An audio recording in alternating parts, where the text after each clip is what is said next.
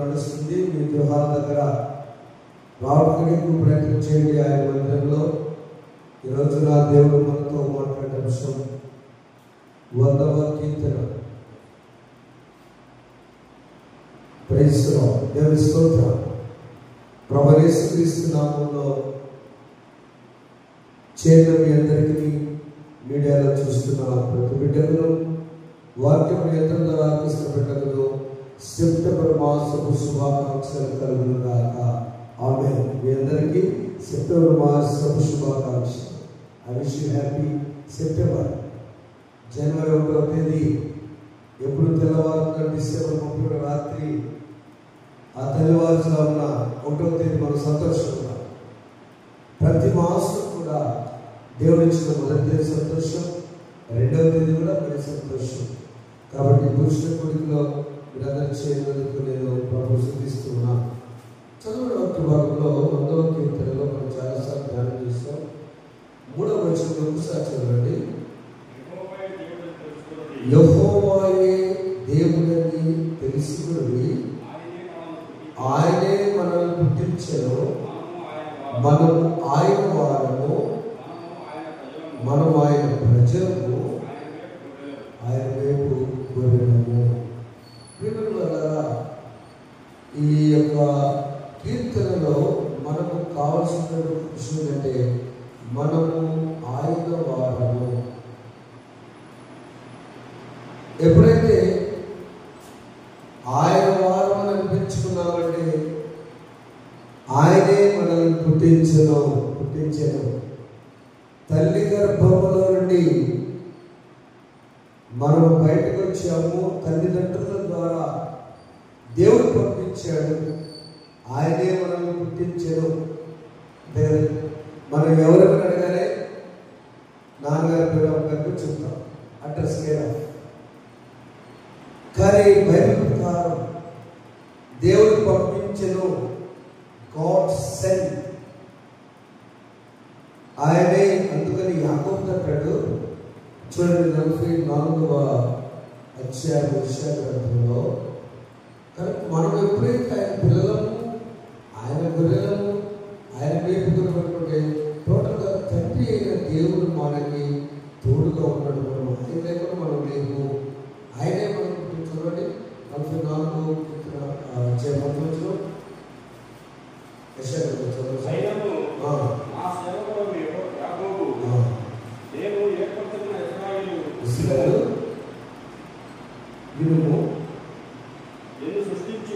నిన్ను సృష్టించి గర్భములో నిన్ను నిర్మించి అంతే. దీన్ని బట్టి మనకు అర్థం ఏంటంటే నిన్ను సృష్టించి తల్లి గర్భములో నిన్ను నిర్మించి, I have created you, I have formed you. ఒక చిన్న కణము ఆ గర్భంలో రూపం దాల్చడానికి కూడా దేవుని అనుగ్రహము కావాలి. అంతే కదండి. ప్రతిరోజు ఎంతమంది ప్రయాసపడుతున్నారు. మరి అలా సృష్టించిన దేవుడు, అలా మన తల్లి గర్భంలో నిర్మించిన దేవుడు, మనం చదువుకున్న 100వ కీర్తనలో మనం ఆయన ప్రజలము, ఆయన వారము, ఆయన గొర్రెలము అన్నప్పుడు మన అవసరాలు తెలుస్తా. అపోస్తలుడైన పౌలు ఫిలిప్పీయులకు రాసిన పత్రిక 4వ అధ్యాయము 19వ వచనాన్ని చూస్తే, నేటి అంశము మనము కనుక ఆయన బిడ్డలుగా ఉంటే ప్రతి అవసరత తీరుస్తాడండి. అడగక ముందే అక్కరనెరిగి అవసరాలు తీర్చిన ఎందరూ ఉన్నా బంధువు నీవే, బంధాలను పెంచిన బంధువులా. అడగక ముందే అక్కరనెరిగి అవసరాలు తీర్చిన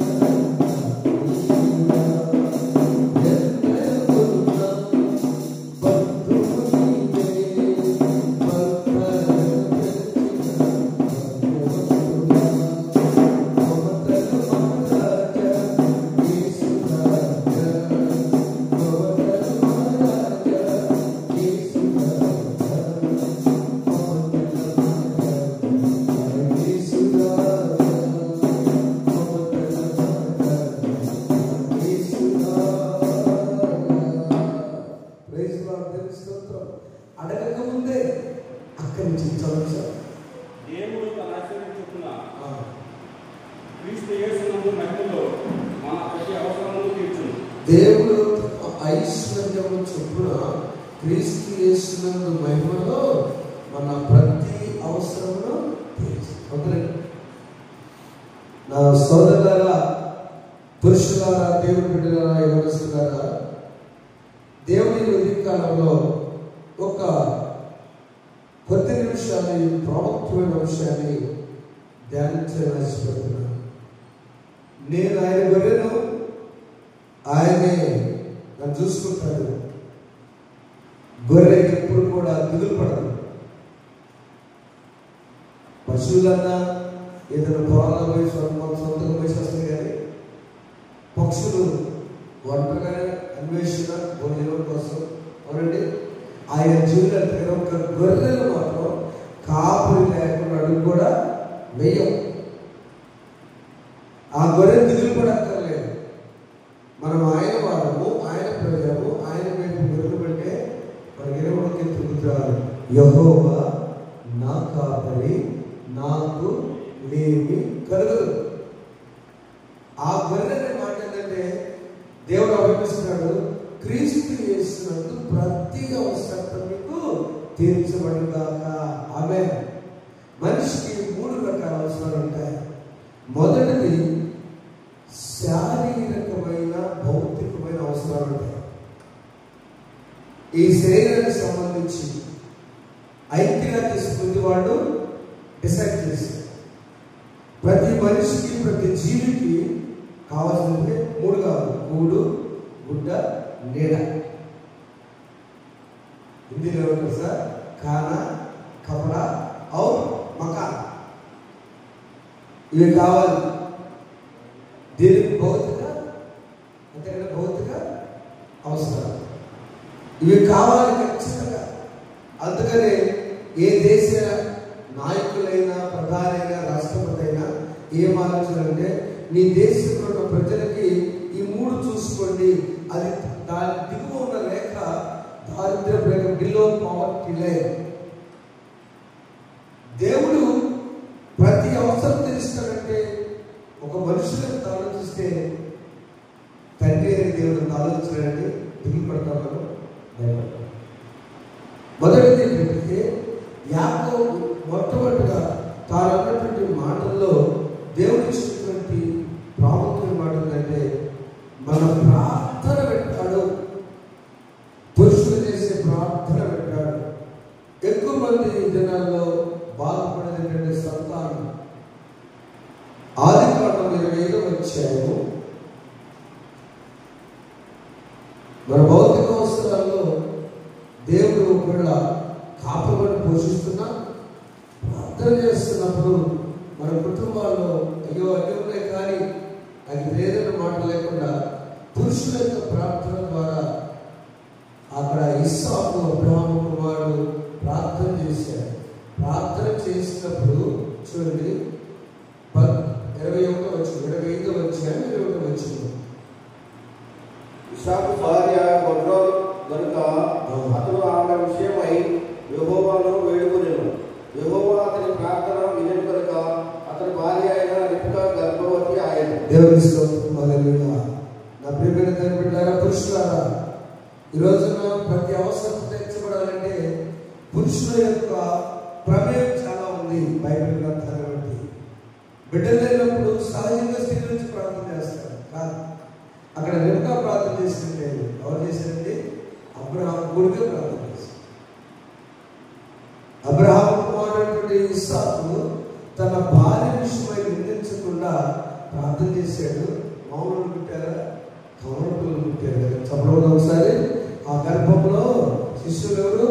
ఇద్దరు ఒకరికొకరు ఇద్దరు బలిష్ఠులైన ఉన్నారు. ఏశావుని ఆత్మను జన్మించారు. నీ అవసరత కుటుంబాలలో ఎక్కడెక్కడికో మనం పరిగెత్తిన ఉపయోగం లేదు. సీక్రెట్ ఇక్కడే ఉన్నది. పురుషుడు ప్రార్థన చేస్తే దేవుడు బిడ్డల్ని ఇస్తాడు. రెండవది, ఆరోగ్య విషయంలో ప్రార్థన చేశాడు. ఆరోగ్యానికి ముందు నన్ను ఆశీర్వదించని ఇస్సాకు కుమారుడు యాకోబు ఏం చేశాడంటే 32వ అధ్యాయం ఆదికాండంలో, అయ్యా మనం దీవించబడాలి కదా, నా అవసరాలు కావాలి కదా, నా పిల్లలు బ్రతకాలి కదా అని చెప్పి 32వ అధ్యాయంలో తెల్లవారు పోరాడి దేవునితో అయ్యో నీవు నన్ను దీవిస్తేనే నేను బోధిస్తాను, నీవు నన్ను దీవిస్తేనే నేను బోధిస్తానని చెప్పాను. చూడండి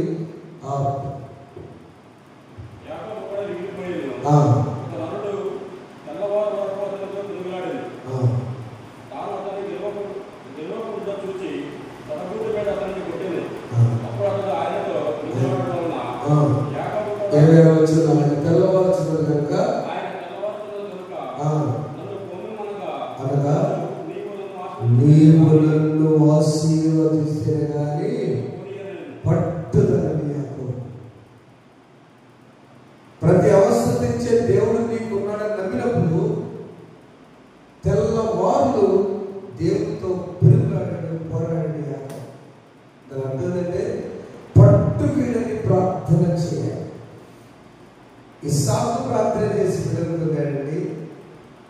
యాకోబు ఆశీర్వదించుకోవాలంటే మనం ఏమన్నాడు పైగా, సార్ అర్థమవుతుంది, నీవు నన్ను దీవిస్తే నేను వదిలిపెట్టాను, అయితే విడిచిపెట్టు, దీక్ష ప్రార్థన పట్టుదల, నీవు దీవించుకోవాలి వదిలిస్తాను చెప్పావుగా, నువ్వు నాకు ఆపరవి.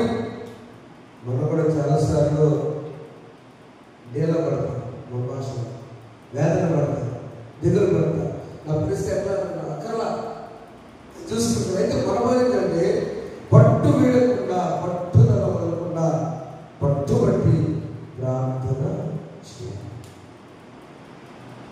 యాకోబు దీవించుకుంటాడు.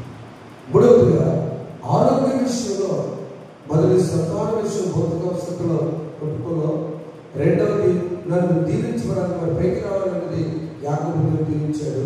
ఆరోగ్య విషయంలో కూడా ఈ భౌతిక వసతులు దేవుడు తీస్తాడు. హిజ్కియా రాజు నిషేధంలో 38వ అధ్యాయము మనం చూసినట్లయితే హిజ్కియా రాజు చాలా క్రమశిక్షణ ఉన్నాడండి.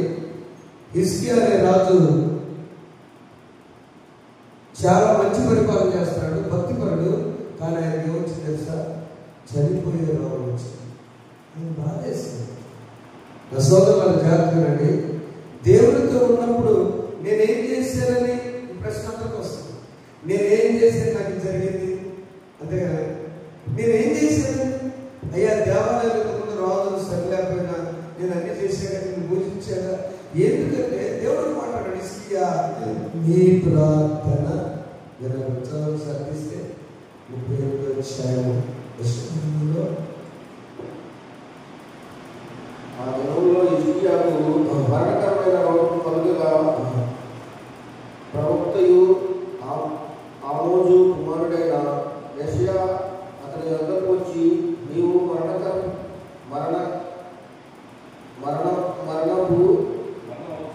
మరణమవుచున్నావు, బ్రతుకవు కనుక నీవు నీ ఇల్లు చక్కబెట్టుకున్నావని యెహోవా సెలవిచ్చుచున్నాడని చెప్పగా, అతడు తన ముఖమును గోడతట్టు తిప్పుకొని, యెహోవా యథార్థ హృదయుడైన సత్యముతో నీ సన్నిధిని నేనెట్లు నడుచుకుంటునో, నీ దృష్టికి అనుకూలంగా సమస్తమును నేనెట్లు జరిగించినో కృపతో జ్ఞాపకము చేసుకొనుమని హిజ్కియా కన్నీళ్లు విడుచుచు యెహోవాను ప్రార్థింపగా, యెహోవా వాక్కు యెషయాకు ప్రత్యక్షమై ఇలాగ సెలవిచ్చెను, నీవు తిరిగి హిజ్కియా యొద్దకు పోయి అతనితో ఇట్లను, నీ పితరుడైన దావీదునకు దేవుడైన యెహోవా నీకు సెలవిచ్చిన దేవనగా, నీవు కన్నీళ్లు విడుచుట చూచి నీ ప్రార్థన నేను అంగీకరించి ఉన్నాను, ఇంకా 15 సంవత్సరముల ఆయుష్ నీకు ఇచ్చేదను. రెండు స్టేట్మెంట్ చేస్తూ చూద్దాం. మొదటి, నీ దృష్టిలో నేను ఎట్లా బ్రతికారో తెలుసుకాయా, టోటల్గా అర్థం అవునండి. నీ దృష్టికి నేను అంగీకారంగా జీవించాలని తెలుసుగా అని ఏడుస్తూ రాజుగారు ప్రార్థన చేస్తే, హిజ్కియా నీ అవసరం ఏంటో నాకు తెలుసు, క్రీస్తు యేసులో ప్రతి అవసరం తెలుసు. మన వాగ్దానంలో ఆరోగ్య విషయం కదా, 15 సంవత్సరాలు నీకు ఆయుష్ పొందించాను. సీక్రెట్ ఏంటంటే, హిజ్కియా చచ్చిపోతాడు, ఇంకొక ఆయన రాజు ట్రై చేసి అర్థమండి. మనంతా కాలేదు. ఇప్పుడు దేవుడు 2 ఆశీర్వాదాలు ఇచ్చాడు. హిజ్కియాకి ఆయుష్ ఇచ్చాడు, మరలా 18 సంవత్సరాలు రాజుగా కొనసాగింపు చేశాడు. చప్పడం నిర్మిస్తున్నాం. హల్లెలూయా. దేవుడు ఒక్కటే కన్నీటి ప్రార్థన 2 ఆశీర్వదించాడు బ్రదర్స్. ఎంత ఆశ్చర్యం అండి. ఓ ప్రకార ప్రార్థన, ఓ ప్రకార నా పరిస్థితి తెలుసు కదా. ఇలాంటి ప్రార్థన చేసినప్పుడు ప్రేమను నిలబెట్టాలా. దేవునికి ఇష్టమైన జీవితాన్ని జీవిస్తున్నప్పుడు ఒకవేళ పరిస్థితులు మారినా భయపడద్దు. 2 ఆశీర్వాదం దాగి ఉన్నాయి మన కొరకు. గమనించుకున్నామండి. నీ ప్రార్థన నిలబడింది. ఒకటేమో ఆయుష్, రెండవది రాజ్యానికో పోకుండా 15 సంవత్సరాలకి ఏదైనా 3 వీళ్ళు కదా మౌనుషం ఆశ్చర్యపడి నాకు ఏంటి దేవుడు ఇంత కన్నీటి ప్రార్థన అడగక ముందే అక్కడి దేవుడు అడిగితే ఉంటాడా? మన బిడ్డలు అడిగితే మనం ఉంటాము. భౌతిక అవసరం కొద్దిగా ముగించు. రెండవది మానసిక అవసరం. మానసిక అవసరం చాలా ఇంపార్టెంట్.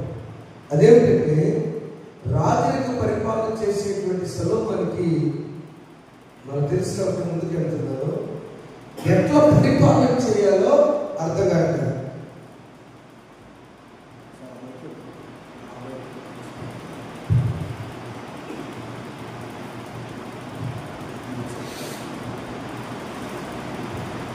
రాజరిక పరిపాలన చేసే విధానంలో ఏ విధంగా నాకు పరిపాలన చేయాలంటే సొలొమోను ఏం చేశాడంటే మనందరూ తెలిసి దేవుని అడిగాడు. రాజు 3:7-13 చదివితే, అయ్యా నాకు ఏం అక్కర్లేదు కానీ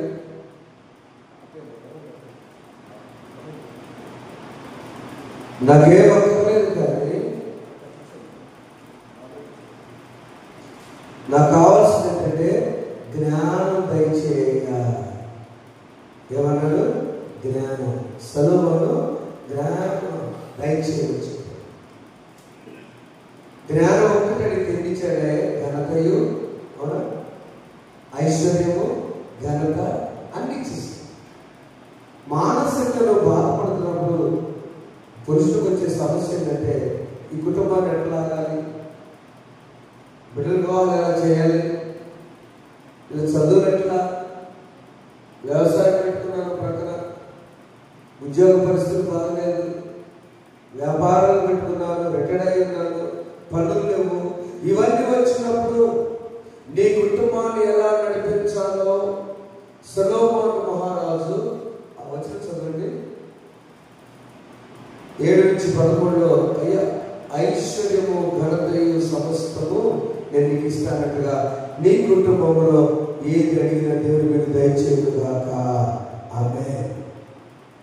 మానసికంగా ప్రశాంతంగా నా సోదరి సోదరుల దేవుడు ఆయన అడిగితే సొలొమోను జ్ఞానం ఒకటి అడిగితే ఐశ్వర్యము, ఘనత, జ్ఞానము అన్ని ఇచ్చి ఉన్నాయి. మానసిక అవసరం, చివరిగా ఆధ్యాత్మిక అవసరం చాలా ఇంపార్టెంట్, చాలా ప్రాముఖ్యం. భౌతిక అవసరాలు చూసాం. సంతానమా లేక ఆరోగ్యమా లేక పోషించుకోవడానికి ఆశీర్వాదమా? యాకోబును ఆశ్రయించాడు దేవుడు, ఇస్సాకు సంతానాన్ని ఇచ్చాడు, అతను హిజ్కియాకు కూడా ఆరోగ్యం ఇచ్చాడు, రాజరికాన్ని ఇచ్చాడు. రెండవ భాగంలో మానసిక అవసరత సొలొమోను మహారాజు అడిగితే జ్ఞానం ఇచ్చాడు, ఐశ్వర్యము, ఘనత ఇచ్చాడు. చివరిగా జైలధికారి నా ఉద్యోగం పోయిందని టెన్షన్ పడుతున్నప్పుడు అపొస్తలుల కార్యముల గ్రంథం 16వ అధ్యాయం మనం చూసినట్లయితే, అయ్యా నాకు అన్నీ ఉన్నాయి, ఈ రోజున ఒక భూకంపం రావడం వల్ల జైల్లో అన్ని తలుపు తెచ్చుకుని ఖైదీలందరూ పారిపోయారు. నైట్ డ్యూటీ, ఆ జైలు నైట్ డ్యూటీ. భూకంపం రావడం తలుపు తెచ్చుకున్నాయి. కరుడు పెట్టి ఖైదీలు మొత్తం పోయి ఉంటారు. నా ఉద్యోగం సస్పెండ్ అయిపోతారు. డిబా మనకన్నా సస్పెండ్ అయితే మన జాగ్రత్త ఉద్యోగం అంతేనండి. కానీ అప్పుడు తీసేస్తారు రోమన్ గవర్నమెంట్. భయంకరంగా ఉంటారు. నా పిల్లలు ఎట్లా పోషించుకోవాలి అని వేదన పడుతూ ఆత్మహత్య చేసుకున్నాం అనుకున్న పరిస్థితుల్లో ఉపయోగించడం సార్ 16వ అధ్యాయం పుస్తకాన్ని 30వ వచనంలో ప్రభువైన యేసునందు విశ్వాసం ఉంచుము, అప్పుడు నీవు నీ వారు రక్షణ పొందుదని చెప్పి ప్రైజ్ ది లార్డ్. నా సోదరులారా, ఒక పురుషుడు నీ ఒక్కడ విశ్వాసం ఉంచితే అక్కడంతే. ఆ జైలధికారితో పౌలు గారు సేవలు చెప్తున్నారు, నీ ఒక్కడు కనుక విశ్వాసం ఉంచి నీవును నీటి వారు రక్షించబడతారు. ఈ శరీరానికి హెడ్ ఎవరండి? అదే కదా. ఉదయకాలం సహోదరు చెప్పినట్టు వాక్యాలు చూస్తుంటే నైట్ అతనికి ఎక్కువసేపు నిలబడి అలా ఇప్పుడు మోదకు వస్తుంది. సరే చూస్తున్న వాక్యాలు, భర్త అంట పురుషుడు శిరస్సు అయినాడు, భార్య హృదయం అంట. రెండు ఇంపార్టెంటేగా. ఈ గుండె నుంచి రక్త నాళాలకు ఎక్కడికి వెళ్ళాలో వాటర్ ట్యాంక్ లాగా ఈ గుండె నుంచి అన్ని నాళాలకి పంపిస్తుంది రక్తం. అందుకని గుండె నుంచి వచ్చే వాల్స్ ఉంటుంది సార్. అంటే ఆ వాల్స్ క్లియర్గా ఉండాలి, లేకపోతే స్ట్రక్ వేస్తారు. భార్య ఏంటంటే భర్త పైనుంచి నడిపిస్తుంటే ఆ కుటుంబంలో ఇద్దరు కూడా దేవుని బిడ్డలుగా ఉంటే, యెహోవా దేవుడు, మేము ఆయన వారము, ఆయన ప్రజలము, ఆయన వైపు పరిణము, అసలు మా బిడ్డగా క్రీస్తు ఇంటికి అధిపతి కుటుంబాల్లో మానసిక అవసరాలు వచ్చిన, శారీరక అవసరాలు వచ్చిన, ఆధ్యాత్మిక అవసరాలను తీర్చేవాడు ఆయనే. అందుకని హెడ్ మారాలి, తలే దేవుని సన్నిధికి రావాలి. క్రైస్తవులు మీరు ఎక్కడైనా చూసుకోండి, నికోదేము భార్య మారాడు, నికోదేము భార్య నికోదేము జక్కయ్య భార్య రక్షించబడ్డా, జక్కయ్య రక్షించబడ్డా? అవునా సార్? జక్కయ్యే అబ్రహాం నుంచి దేవుడికి మాట్లాడుతుంది, అబ్రహాం భార్య నుంచి. Most important character is the man అండి. అతి ప్రాముఖ్యమైన వ్యక్తి పురుషుడు. ఈ సెప్టెంబర్ మాసంలో పరిశుద్ధాత్మ దేవుడు మాట్లాడుతున్నాడని నమ్ముతున్నాను. మా గ్రామం నుంచి చాలా పాలన మీడియాలో చూస్తున్నారు, సంఘం వింటున్నారు.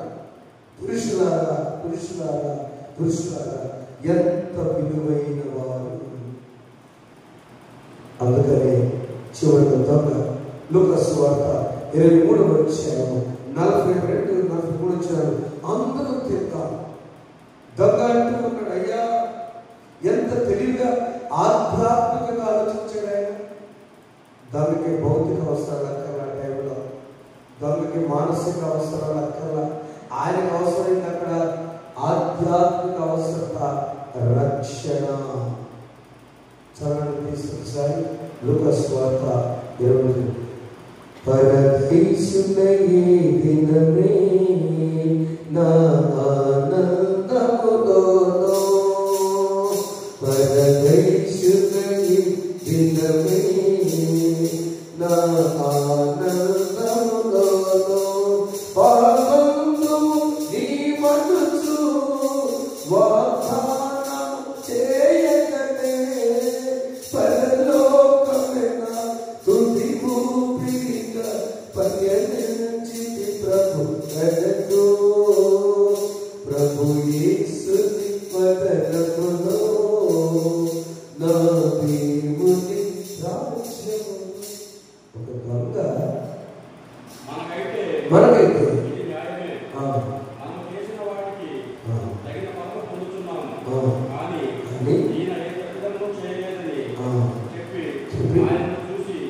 యేసు వైపు చూచి దేవుని రాజ్యంలోకి వచ్చినప్పుడు నన్ను జ్ఞాపకము చేసి, ఇది రిక్వెస్ట్. వాళ్ళిద్దరు సంభాషణ.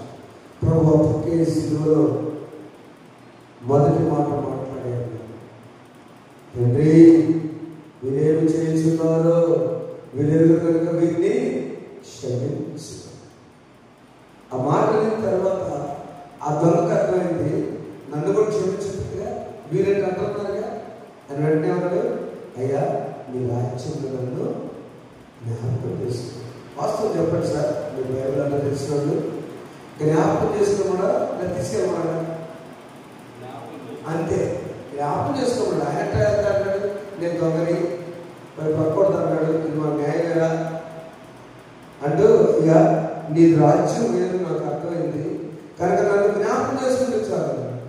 జ్ఞాపకం ఎప్పగా వేస్తాను లేదని తీసుకుని నేడే నువ్వు నాతో కూడా పరదేశ ఆ దేవుడే మనలను ఆయన అందుకు ఆయన ఆయనతో నేడు నీవు నాతో కూడా పరదేశంలో ఉందని నిత్యం. ఎంత దృష్టి!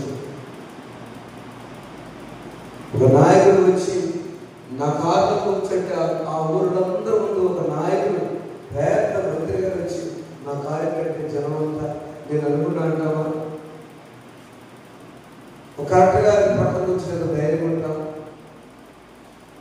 ఈరోజు దేవుడు వేసుకుంటూ ఉన్నాడు, నేనే నాకు కూడా పరదేశంలో ఉంది. ఎంత ఆధ్యాత్మిక అవసరత తీర్చిన సోదరులారా, శిరస్సైన వారా, పురుషులారా, ఈరోజు ధ్యానం చేసిన 7 అంశాలు కూడా పురుషులే.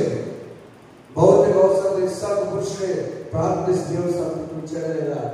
ఆ దేవుడే మీకు సంతానం దయచేయను గాక. ఆమేన్. తన కుమారుడు యాకోబు ప్రార్థన చేస్తే నేను నా భార్య బిడ్డలు కుటుంబాలు యాకోబు ఎక్కువ మంది భార్యలు ఏమైపోవాలని ప్రార్థిస్తే నువ్వు నన్ను దీవించమంటే దీవించలేదా? ఆ దేవుని మిమ్మల్ని దీవించును గాక. ఆమేన్. నా ఆరోగ్యం బాగాలేదని రాజుగారు ప్రార్థన చేస్తే హిజ్కియా ప్రార్థన కన్నీటి ప్రార్థన దేవుడు స్వస్థపరచలేదా? అదే దేవుడు స్వస్థపరచును గాక. ఆమేన్. స్వస్థపరచలే కాదు, రాజకీయాలు కూడా ఆయన డ్యూటీ కూడా కొనసాగింపజేశాడు. స్వస్థపడి మంచంలో ఉండమని చెప్పాలి. ఏ స్వస్థత దేవుడు ఇస్తే ఆ స్వస్థత నిన్ను మళ్ళా తిరిగి నీ పనిలో ఆయన రాజు అయ్యాడు, మన పనిలో కూడా వెళ్ళిపోతాం. రెండవది మానసికమైనటువంటి ఆ యొక్క వేదన పడుతున్న సొలొమోనుని దేవుడు స్వస్థపరిచి ఆశీర్వదించాడు. ఆమె సొలొమోను జ్ఞానం ఇచ్చాడు. ఒకటానికి 3 ఇచ్చాడు. ఇస్తే రాణి నేను ఎవరు నేను తండ్రే లేడు, నేను ఎట్లా పెరుగుతున్నాను అనుకుంటే ఆమె కూడా మహారాణిగా చేశాడు. మానసిక ఆనందం చూడు. ఆధ్యాత్మికంగా జైలు అధికారిని రక్షించాడు దేవుడు, దొంగలు కూడా రక్షించాడు. పురుషులారా లేచినటువంటి ప్రార్థన చేసుకుంటాం. మీరున్న స్థలాలు లేచినటువంటి ప్రార్థన చేస్తున్నాం. ఒక్కసారి ప్రార్థన చేస్తున్నాం. దేవాది దేవుడు కనుగొని ఈ ఉదయకాలం బయటేసి బయట ఉన్న వాళ్ళారా, పురుషులారా, మీరు కూడా మీ గృహాలలో ఒక్క నిమిషం లేచి తలలో వచ్చండి, కళ్ళు మూసుకొని ప్రార్థన అడగండి. నేను ఇంటికి శిరస్సు ఉన్నాను. యవనస్తులారా, 18 సంవత్సరాలు దాటి ఓటో కూలించుకున్నటువంటి నా బిడ్డలారా, నీ కుటుంబం గురించి బాధ్యత కలిగిన ఆలోచించే సమయం వచ్చింది. దానియేలు బాధ్యత కలిగిన ప్రార్థన చేశాడు. నెహెమ్యా ప్రార్థన చేశాడు. యవనస్తులారా, ఈరోజు ఉన్నటువంటి ప్రతి అవసరం తీర్చువాడా అని ప్రార్థన చేస్తున్నాను. స్తోత్రాలు స్తోత్రాలు స్తోత్రాలు స్తోత్రాలు. పరిశుద్ధుడా నీ వందనాలు చెల్లిస్తున్నాను. ఆశ్చర్యకారులు అద్భుతాలు జరిగించేవాడా నీకు స్తోత్రాలు. పురుషుల విలువ చెప్పారు ఆయన. మేము ఆయన వారము, ఆయన ప్రజలము, ఆయన వైపు గొర్రెలమని, మా మంచి కాపరి నీ గొర్రెలుగా మేము ఉండడానికి సహాయం దయచి ఆ గొర్రెకి ఏం కావాలో క్రీస్తు యేసునందు ప్రతి అవసరం తీర్చబడినది. ఫిలిప్పీ సంఘంతో పౌలు గారు చెప్పిన మాట ధ్యానం చేసుకున్నాం. అయ్యా, మా బిడ్డలు ఈ సెప్టెంబర్ మాసంలో ఏ పనులు చేస్తున్నారు వాటిని ఆశీర్వదించు. వ్యవసాయ పనులు, ఉద్యోగంలో, వ్యాపారంలో, ఆయా పరిచయాలు, ఆయా మార్కెటింగ్ విధానాలు, ఆయా రీతులతో చేతి పనులు నాయన నువ్వు భౌతికమైనటువంటి అవసరం తీర్చేవాడు, మానసిక ఆందోళనతో ఉన్నటువంటి స్వస్థత ఇచ్చేవాడు, తండ్రి ఆధ్యాత్మిక అవసరం తీర్చేవాడా నీకు స్తోత్రాలు చెల్లిస్తున్నాను. ఈ మాసం అంతా తోడని సహాయం చేయండి. ప్రయాణ భద్రత ఇచ్చేది. ఎవరు పెట్టిన వారి పనిలో విద్యాభ్యాసం, కాంపిటేటివ్ ఎగ్జామ్స్ సాధించాలి. వివాహాలు జరగాలని స్తోత్రాలు. వివాహాలు జరిగించేది మీరే తెలుస్తున్నారు. అయ్యా నన్ను వారు సెట్చేవాడికి ఇస్తున్నారు, స్వస్థపరించేవాడికి ఇస్తున్నారు. మా గ్రామాన్ని, మా ప్రాంతాన్ని దీవించి ప్రతి పురుషుడు ఎంత విలువైన వాడు అంత తిరిగి నీలో ఫలించే వాడుగా చేయాలి. నీ రాజ్యంలో వారసులుగా చేయమని, పట్టు వీడని ప్రార్థన, కన్నీటి ప్రార్థన చేయవారిగా చేయమని, ఎలా కుటుంబాన్ని పరిపాలించాలో సొలొమోను వలె జ్ఞానమడిగిన వారిగా చేసి ఆశీర్వదించమని యేసు నామమున వేడుకొని ప్రార్థిస్తున్నాము తండ్రి. ఆమేన్. పరలోకమందున్న మా తండ్రి, మీ నామము పరిశుద్ధపరచబడుగా, మీ రాజ్యం వచ్చుగా, మీ చిత్తము పరలోకమందు నెరవేర్చినట్లు భూమి యందు నెరవేరునుగా. మా అన్నమును మాకు దయచేయండి. మా అపరాధములు చేసిన వారిని మేము క్షమించిన ప్రకారం మా అపరాధములను క్షమించు. శోధనలు దుష్టులను తప్పించు. రాజ్యము, శక్తియు, మహిమయు నిరంతరం నీవే ఉన్నది. ఆమేన్. మన తండ్రి అయిన దేవుని ప్రేమ, ప్రభువైన యేసుక్రీస్తు వారి కృప, పరిశుద్ధాత్మల సహవాసము దేవాలయంలో చేరిన ప్రతి పురుషుడు వారి కుటుంబాలు, రాలేక వాక్యం వింటున్న బిడ్డలకు, అలాగే వీడియోలు చూస్తున్న వారి కుటుంబాలు తోడయుండి ఈ మాసమంతయు కృపాక్షేమంతో నింపునుగాక. ఆమేన్. నిన్ను నేను విడువను దేవా, నీవు నన్ను దీవించు వరకు, నిన్ను నేను విడువను దేవా, నిన్ను నమ్మిన వారల నెల్లా నీవు చక్కగా దీవించెదవు, నిన్ను నేను విడువను దేవా.